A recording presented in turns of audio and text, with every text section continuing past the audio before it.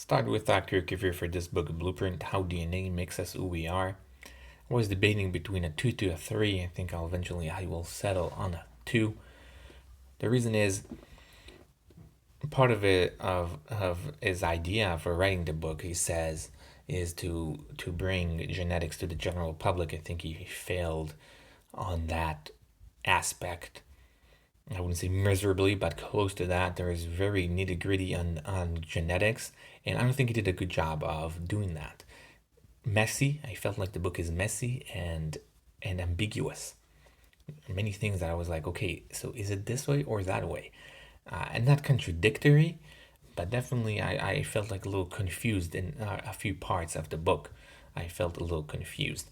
And again, the part that he went really, really deep into genetics without explaining it well. At least you can explain well things, that's okay. But if you go deep, you have to explain well. I don't think he did a good job on that matter.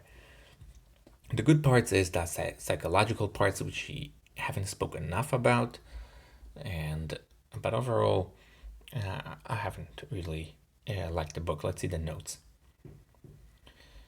Genetic differences contribute only about 50% of psychological differences. So it's only 50% heritable in a way. Unlike common knowledge, breast cancer is only 10% heritable. Which is interesting. Heritability is only what is, not what could be.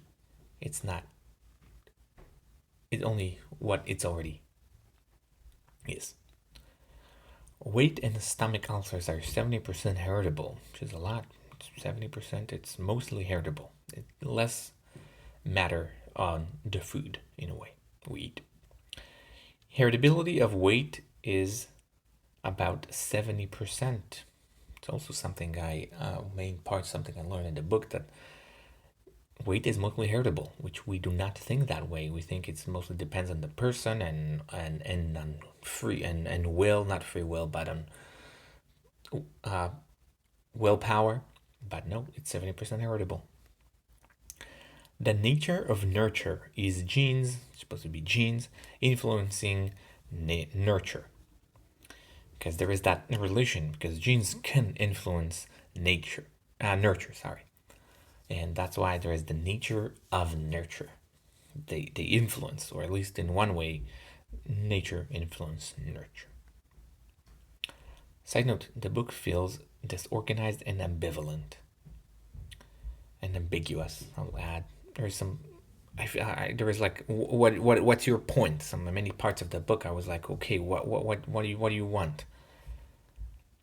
Where do you go with this?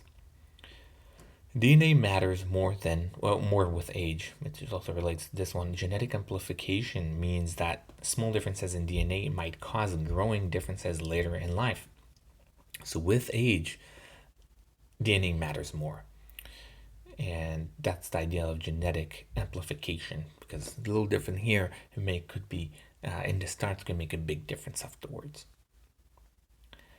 Disorders are extreme examples of normal behavior. So he says he put it on a scale. So there is normal behavior, which is somewhere on the scale, and that disorder is just extreme situation or extreme example of that on the scale. Shared environment has negligible impact, which is also related to this one. Parents don't have much influence since genetic and non-shared environment are playing a major role. So shared environment doesn't have much impact, most of the impact, and therefore parents don't have much impact because the genetic impact is big, and the non-shared environment, which is also part of nurture, has an impact. Parents have more influence where there is a genetic propensity. So there is that we have that tendency. Their parents have more influence.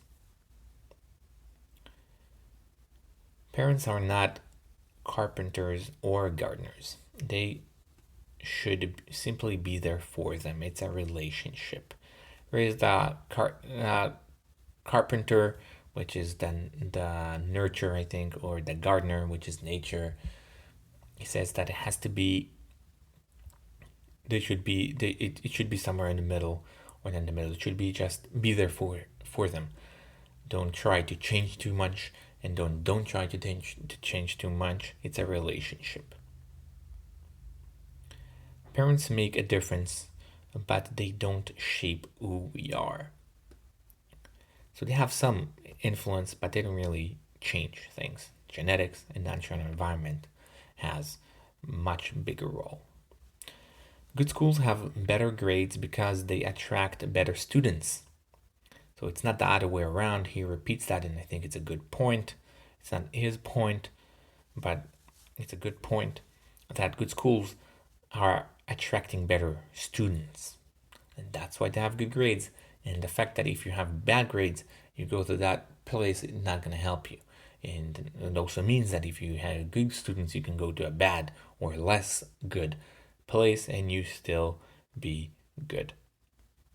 DNA predictions are based on probability and are not deterministic. It's all probability, although those predictions are on a scale. It's percentages. Genetic scores are on a scale and not deterministic. Similar idea. It's quantitative rather than qualitative. Again, it's probability. It's not yes. It's not yes or no.